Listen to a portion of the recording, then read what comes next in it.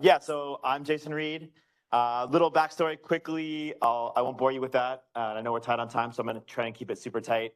But my journey with data started, I don't know, 15 years ago. I was at a mobile advertising startup. Now got us into, at the time, Hadoop, and cloud was just starting. And there's this thing called S3 for storage. And we were doing MapReduce and all that fun stuff. I eventually went on to Netflix, where I spent about 8 years, mostly like overseeing the data engineering function at Netflix. And like about halfway through that journey is when we started doing the Iceberg stuff internally, and then eventually now the Apache Iceberg project. So I'm gonna talk a little bit about that evolution. But my relationship with the Iceberg project is a bit interesting in the sense that I'm not a committer. I own 0 lines of code in the Apache Iceberg project. But it is certainly like shaped my life significantly, right? I did a Netflix thing, went on to do a startup, Tabular, that was all based around, an Iceberg-based sort of lakehouse structure.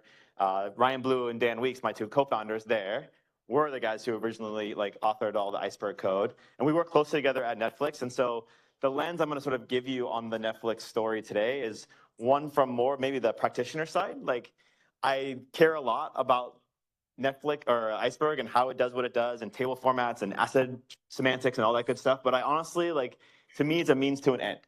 Right? A table format and all this interoperability is really about, well, how does that help me get other things done in the business? At Netflix, that was, how does it help me make sure that everybody's playback streams are the best possible bit rate, and make sure their recommendations are the best possible movies, like all of that. That's why Iceberg was invented, was for those purposes, not just because we wanted to talk at meetups. So you're going to see that lens from me today, and we'll talk about sort of that. And then I think there's some, like, I look at the agenda for today's talks, and I'm super excited. I wish I could like clone myself, branching myself maybe, to use an Iceberg term, and attend both tracks, because there's so much cool stuff going on with the project and the community, and I'm pretty excited about it. And we'll talk a little bit about what I'm seeing across the landscape there as well. All right. It's gonna let me move forward. It is. Okay. But first, because it's fun, and I want to be interactive, vanity metrics time. Everybody loves vanity metrics for open source projects. This number, 443,975. Anybody want to know what the significance of this number is? Stars? No, not stars. That would be amazing. It's not even. it's like 7,500 stars. Huh? Commits. No, I would also be an amazing number of commits. No, the commits are not nearly that big. But I like the ambition. It could be. It could be. Very ambitious. Issues. Oh, yes. Yes. I love this community. We are good. All right. It is the number of Pi Iceberg downloads yesterday. Number of Pi Iceberg downloads. Yeah. That's a big number. All right. That's a cool chart. So I just thought that was really fun to see the growth of the Python ecosystem around Iceberg. Like, this was something that just kicked off even a couple years ago, and now we're talking about 400,000 plus downloads a day, per day. So raise your hand if you've ever used the Pi Iceberg library at any point. Really, raise your hand. Come on, hands up if you used it. All right, raise your hand. Keep your hand raised if you've committed anything to the Pi Iceberg library. Any Pi Iceberg committers in the room? Yes. Way back when. Way back. Hey, that counts. That's more than I got. Okay. So anyways, thank you all to those folks. It's a really fantastic group. If you're looking to get involved in the project, you want to be able to hold your hand up and say you've committed code. There's lots of opportunities across the languages, not just the Java language. The Pi Iceberg library is a great opportunity. All these languages need to catch up to being, full implementation of the spec. As we get Iceberg v3, all these languages are going to need to implement all that stuff. And so lots of great opportunities to get involved and contribute. All right, one more. 7,790. It's not stars or commits, so those are closer numbers. It's not what it is. Any other guesses? Contributors, no. There'll also be an amazing number of contributors. We're not there yet. But again, could be you. Could be you. This is number of members in our Slack channel. Yeah, so if you're not there, that's also something that just started recently in the past couple of years. The growth has been amazing there. If you've never dropped into the Slack channel, it's just a good example of how amazing the community is. It's just a great place. So many good questions get asked and answered there. I wish I could spend more time in the Apache Slack channel. I always run into good conversations and discussions in there. From like everything from very basic, getting started things to like really advanced, deep technical discussions. It all happens there, and people from the community, contributors are all there, and it's awesome. All right. So back to our theme for today that I want to talk about was like the story of interoperability, right? And this is my homage to Ryan Blue. If you've never heard Ryan give a talk before, first of all, you're missing out. He's great, but he loves his memes. So this is the one meme that you get from me today, which is sort of this evolution of interoperability in the project. And I sort of think of it as 3 stages. So the Pokemon reference seemed to make sense here. We started, and by the way, interoperability, like, nobody's surprised by this definition, but I was actually interested to learn that this word didn't exist until it was like, I think the first reference to is like in the 1960s. And it was about technical systems. Ultimately, interoperability came about because of being able to have technical systems interoperate. Mostly that's been about information and data. So it's appropriate. All right. So in the beginning, this is Netflix, and we were using S3 as our storage layer. We were using a variety of open source query engines, and we were using the Hive Metastore and Hive style tables, like air quote tables, right? Because they weren't really tables. They were files in not even directories. They were S3. They were just a bunch of prefixes that sort of were clustered together. And that's what we called the table. And it mostly worked, but it had a lot of problems. And I'm not going to this is not a talk where I talk about all the problems that Iceberg solves. I think you've heard that one plenty of times. But this was the first interoperability. It was about interoperating across, at least at Netflix, these 3 mainly open source engines on the same data sets, right? We had Flink. We were streaming data in off of Kafka streams. We were running right out to S3. We were doing most of our heavy transformations in Spark. And we were doing a lot of our ad hoc SQL and analytic workloads in Trino. And we had lots of custom code in all 3 of these projects in order to make them kind of work as tables on S3. And every time one of these projects needed a new version or some new feature that we wanted, Ryan Blue in particular, and our data platform team at Netflix had to go like port that code to the next version of the open source to make all these patterns work.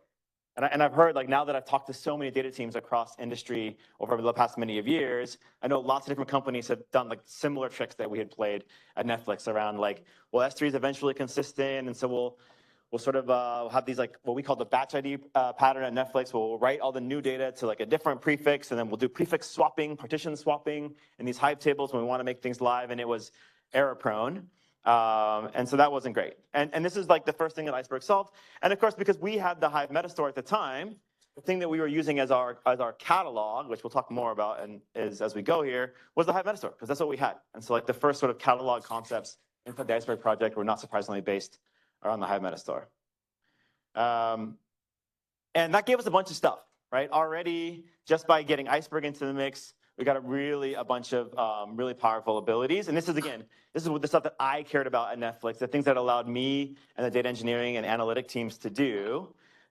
First of all, it allowed us to stop thinking about everything in partitions and start thinking about data as just records, like standard data bases do. And that's significant for things like if you wanted to make a change to a record in a table, prior to Iceberg, the only way to do that semi-safely was to like change the entire partition. So we had lots of patterns and data engineering frameworks built around like doing all these operations at the partition level. It's like really inefficient, wasted a lot of data engineering time doing so. Even thinking about how we got our Flink data, so it could be safely queried by like the next tool, which would be Spark, we had these like hourly partition boundaries, which means like the earliest your streaming data could really be usable was an hour, and really an hour plus some buffer, like an hour and a half. So everything we were doing in our whole data ecosystem was an hour and a half latency. That seems crazy today, but that was like state of the art, say 2015, 2016. All right, and as soon as we got to Iceberg, now we have our Flink jobs committing to every 5 minutes, and now we have the data available for downstream usage, every 5 minutes, and we can trust it immediately. Right, that was really, really powerful. The other thing that we got, which maybe wasn't obvious when we first started thinking about interoperability, was that we were able to take a lot of the table maintenance and sort of optimization work that we were really using our data engineering teams to do and move it into the platform. So I've talked a little bit about this before, but it's worth reiterating because it's a really important piece and you're seeing more and more of this now as as Iceberg has started to proliferate and there are more and more offerings related to Iceberg, many of them come with this like, hey, we'll also handle all this optimization and maintenance work for you so that your data engineering team and your data platform teams don't have to handle it yourself. And it is a really valuable piece. Again, these are things that databases have been doing for decades, right? We didn't talk about it a lot because it was sort of all underneath the covers of your database, making sure that we were reclustering data, putting small files together, those types of optimizations. We couldn't do them for Iceberg because we had to coordinate those activities with the activities of users using the table. You had to be very careful that you didn't, as you were trying to stream data in, you weren't also trying to do file compactions because that's how corruptions happen like crazy. So we were super careful not to do these things. And it basically meant that, hey, if you're writing to the table, you have to handle all this stuff yourself, data engineer. Right? And that was really not very efficient from a Netflix perspective. And I hear many data organizations facing the same challenges.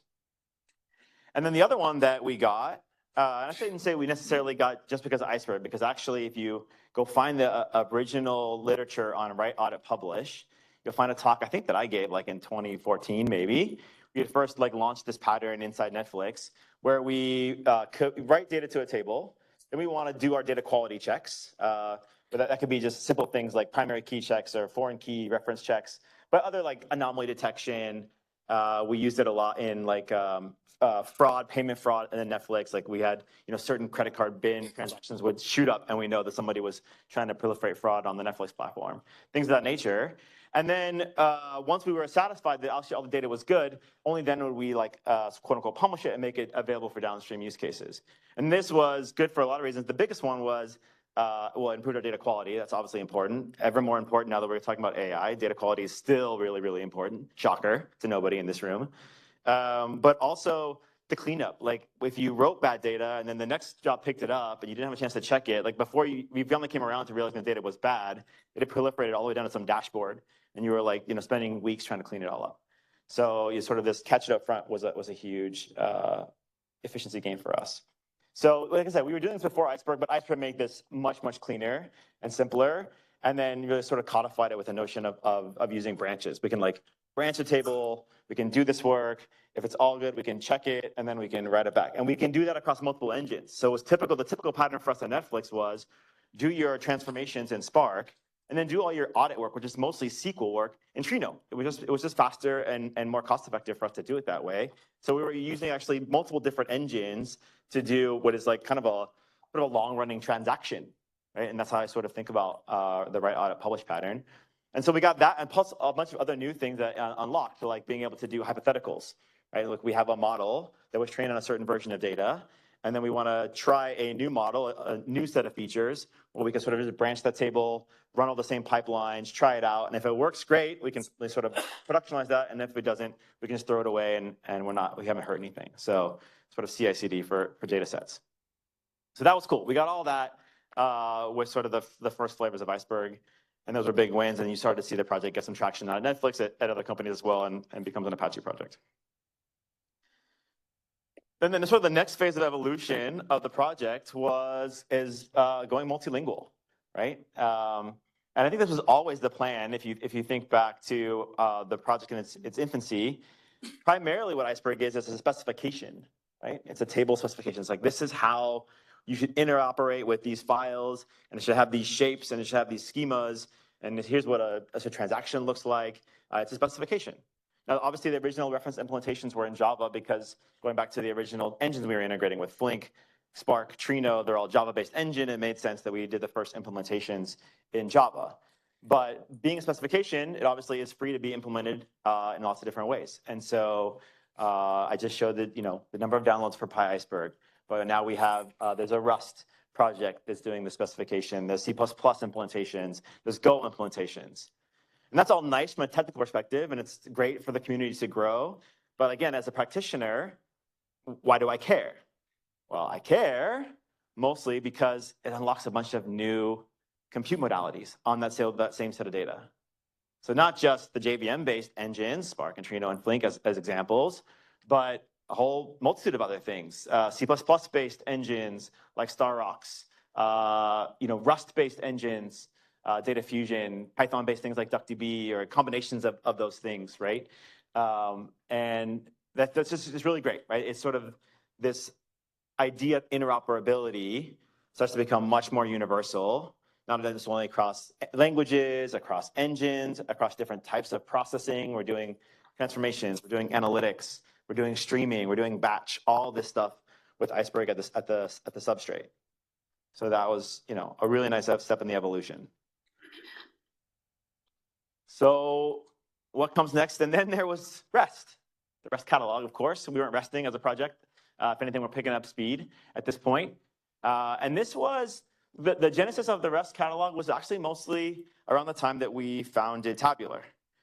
And again, the why is, well, we had this Iceberg-based product, sort of SaaS warehouse, but just the storage side, right? It was sort of this headless data warehouse concept, right? It was just this catalog and storage. And actually, the very original implementation of Tabular wasn't based on a REST catalog. It was based on the I think it was originally the DynamoDB catalog, which is like now defunct in the project.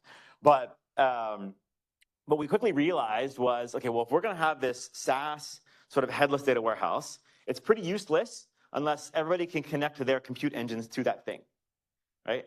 And it works fine if they're using a Java-based engine, but what if they're not? And so the idea was, well, we need a language sort of agnostic, more neutral interface, catalog interface that any engine could implement. And then all of a sudden, our sort of SaaS headless data warehouse becomes relevant in the marketplace and can be used by lots of different compute engines. So Ryan and Dan, in their infinite wisdom, and I actually tried to talk them out of this, which I was completely wrong about. So I'll own that. We needed a REST-based catalog protocol. We obviously started implementing it internally at first, and once we saw that it was working quite well, donated that to the Apache Iceberg project, and obviously that's now what's become the Apache REST catalog interface. And that's also taken off, which is fantastic to see. There's now many implementations. Again, it's an interface, it's a specification, it's an API specification in this case. It has the word Iceberg, but like Iceberg actually has 3 specs. Who's going to correct me on this? 3 specs. There's a table spec. There's the REST catalog spec. There is actually the puffin spec, which is its own thing for like binary and statistics. Right? There's those 3. Oh, and the view spec. There's actually 4. So Iceberg is a collection of, I think, 4 specifications at this point. Maybe there's going to be more. I don't know. There could be more. Somebody correct me if I'm wrong. Regardless, this one has also seen a bunch of implementations, both open source and commercial implementations.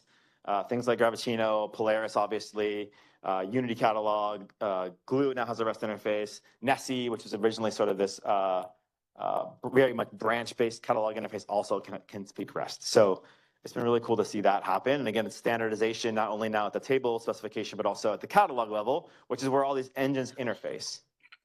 And that has sort of given rise to this. Like, what superpower do we get? Why does the REST catalog matter? Why do all these implementations matter? It matters as practitioners because we get platform interoperability, right? And pretty much on a daily basis, in my role at Databricks, I'm talking to data teams from a variety of different companies across every industry, all kinds of different sizes, solving all kinds of different problems with data. All of them have at least 2, usually 3 or 4 of the pictures on this slide, as well as a bunch more. Right? And so how do you actually, if the dream is interoperability across all these things, if the dream is a single source of truth, a copy of my data that I can use a bunch of different compute engines against, then that REST catalog is a necessary piece. And all the engines are a necessary piece. So all the things that came before get us to this place where companies now effectively can work across all these different platforms, all these cross tools on single copies of data.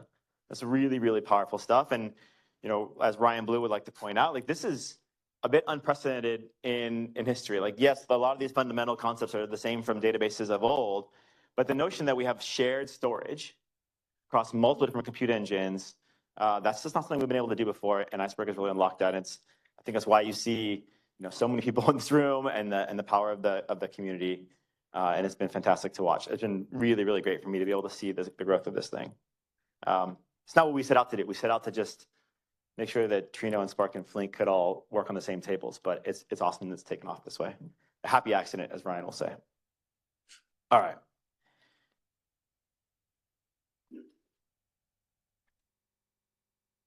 So all that is great. We've made a lot of progress. But we're not stopping. As you can see by the list of talks that are going on today, and you see by all the activity going on in the open source communities, not just in the Iceberg project, but a bunch of tangential projects as well, there's new stuff happening that's also really fun to watch. So, emerging storage paradigms. Primarily Iceberg was originally designed for those analytic workloads that we talked about, right? We were doing maybe stream ingestion, but not necessarily stream processing. We were doing batch transformations primarily, and we were doing, SQL analytic workloads, data science and some ML, but they were primarily analytic workloads. And now you see Iceberg as the foundational storage layer across many different types of processing, like stream processing, right? We've got tools like Confluent, and I think we've got folks here, Red Panda, Stream Native. Yeah, there's Matt back there. Rising Wave, all of them, I think we're giving talks today about how they're using Iceberg as they're under the fundamental storage for the stream processing engines and queuing systems. That's awesome. We can do graph processing directly on top of Iceberg tables, right? Zenny was up here from HubbyGraph. That's what their technology is all about. And it's so cool to see stuff like that happening.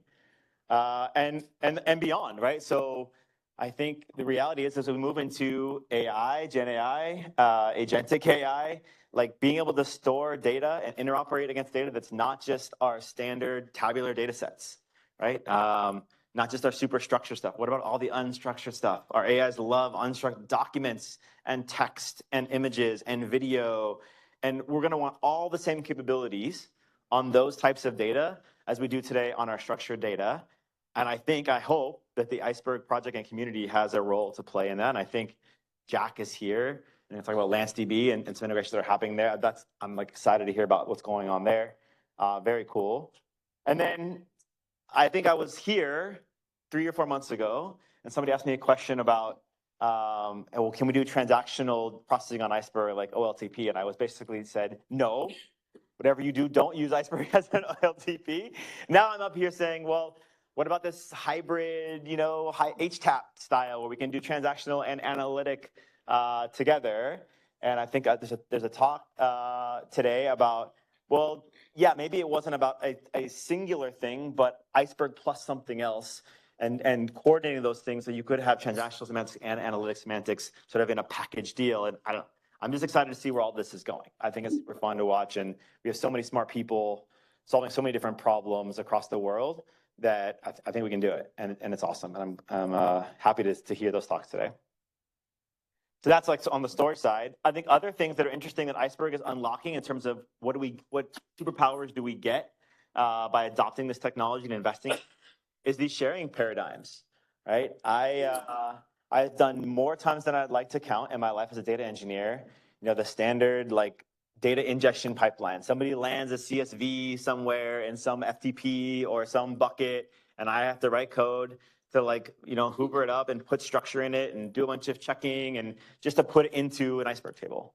And usually the source of that was like some third-party SaaS application. It was your Workday or your Salesforce or any number of other tools. Well, why don't we just start having those tools give us Iceberg tables through a catalog interface? Like, why do we have to have all this extra rigmarole, like taking structure out of data, making copies of it just so we can put structure in on the other side? I think this is a lot of wasted effort, and I think it's a big opportunity. And we're starting to see that sort of thing across the industry. I think even Amazon, we can get our S3 inventory list, right, and access control as just Iceberg tables. I don't have to do extra ETL to put that into my workflows, and similar things across the board. And that's sort of like this, vendor to customer data sharing. And then there's sort of just companies who need to do data sharing, right? I mentioned I came early days from the ad space. That's a place for sure where there's a lot of this going on, where companies are trying to figure out how to collaborate. They have data sets, and they need to collaborate on them. There's lots of data privacy, rightfully so. I'm glad for all these data privacy protections and rules. But how do businesses collaborate with data sets effectively? And you have this notion of like these things like clean rooms. I think a standards-based storage format like Iceberg, where both parties can come together, use whatever technologies they want, either side, whatever tech stacks they're comfortable with, but still be able to collaborate without having to ship files, anonymized, hashed, CSVs around. I think it's really big opportunities in sort of these clean rooms and cross-company sharing. So lots of still stuff to do in the future in and around Iceberg. I'm excited for all that to happen. All right, and with that, a reminder to get involved. You're here, so you've taken a good first step. But join us in Slack. There's lots of different projects across the community you can contribute to, and we'd love to have more people involved. Got time for questions, Tej? All right, time for questions. Hard ones get a special, like a burrito, extra large burrito. Yeah. Like Get a double shot of it in your coffee up there.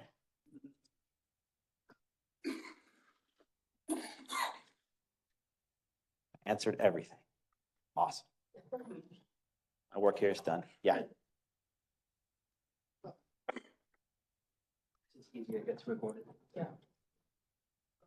Thanks for the incredible talk. And so I'm going to ask like sort of a floaty question, but I'm curious your answer is, where do you see Iceberg kind of evolving into or becoming in 10 years when data infrastructure has gone through like so many of these changes of consolidation? Yeah, I think technology is impossible to predict 10 years out, especially in the current state of AI. I think I have a hard time predicting where it's going to be in 10 months. I think some of this is what I was alluding to. I think we'll see the project expand into use cases beyond just analytic storage. So I think different storage modalities. I think that's interesting. In particular, we talk about unstructured. How do we start meshing with all the data that the AI systems and LLMs want to integrate with? Look, I can see, hey, I have a company. I have tabular data, exhaust data coming off that I'm currently putting into my data warehouse. But I have emails and I have Slack threads and I have videos and all that I want to be able to bring in and ask questions about, right?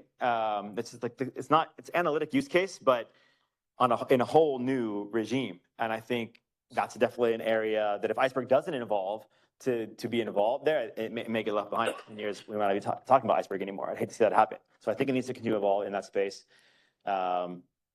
And yeah, I do think we will see, I'm very hopeful in 10 years from now, nobody is shipping CSV files around anymore, right? We have, you need access to some data.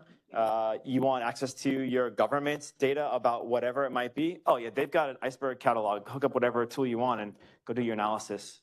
Maybe ask your LLM and it does it, whatever. But, right, I think the things I was alluding to are part and parcel of that. And there's a bunch of like low-level technical things that have to happen as well. Around, it's got to get fast performance, and I didn't talk at all in this talk about governance. Maybe a little bit talking about sort of data privacy and compliance rules, but how do we do, access controls and encryption and all those, like the data governance and data privacy is going to be, again, a huge story over the next 10 years, even more so as we get to Gen AI.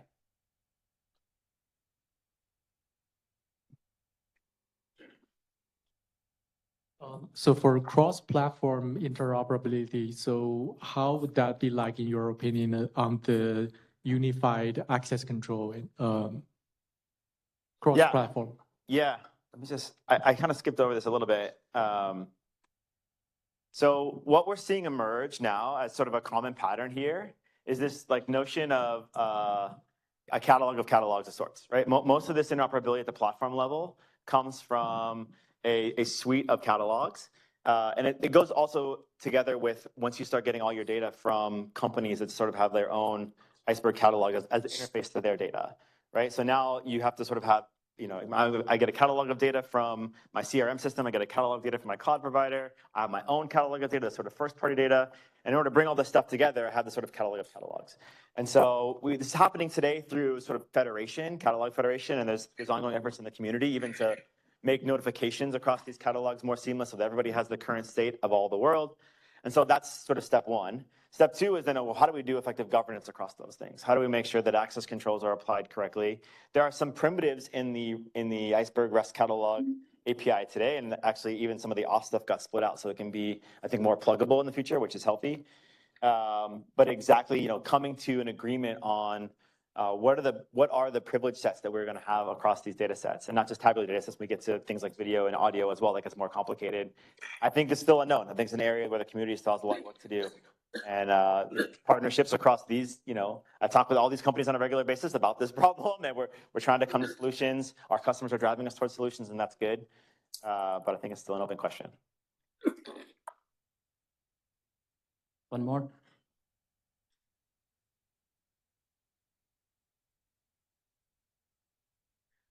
I am particularly excited about some of the spatial data types that have just gotten added. What are some of the opportunities you think that that might unlock? Yeah, so the question is, hey, we got spatial types coming in Iceberg v3, so the geo types. They're actually all the way up into the Parquet community spec, which is great, even when we can move these things all the way into the storage layer.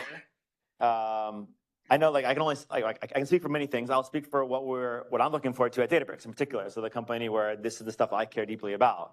Once we get geotypes into our storage layer, we've got some really fantastic, analytic tools that we're going to build on top of that storage layer within at least our computing platform. And I assume there'll be other similar computing platforms that do that as well. So there's all kinds of geoanalytic, spatial analytic workloads.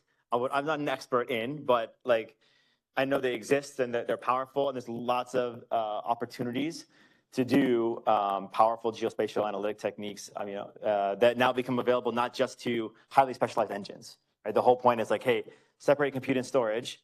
Let's have our storage understand geospatial primitives, and then we can have lots of different analytic engines on top of that doing whatever it is they need to do. I think that's legal stuff. Hopefully we'll have a talk about that in one of these next meetups. Like somebody come with a cool geospatial talk. I'd love that. Yeah. One more. Try to be brief. Thanks so much for today. When do you think we'll have vector types and vector indexing and vector search in Iceberg? I asked this as a big fan of LANs, but I'm curious whether there are initiatives to kind of bring vectors into Iceberg. Yeah, I think there are initiatives. The magic question in open source is like when. Who knows? It's open source. I can never answer the question of when. But I think it's based on the people in this room. It happens when the community pushes for it, when we can describe what are the various use cases around it, what do we need from that within the Iceberg project from our storage layer, and we can come and we can drive to consensus. Right? That's how all these things happen. There's good examples. In the V3, we added variant type, for semi-structured sort of JSON. That's a big win. The geotypes, big win, unlocks a bunch of new stuff. So there's a lot of precedent, and I'm highly confident that we need more vector style operations in our storage layer, and that will, Iceberg is a natural place for that stuff to evolve. So I'm excited to see what happens there. When, I don't know, but again, maybe that'll be a talk that we get next time as well.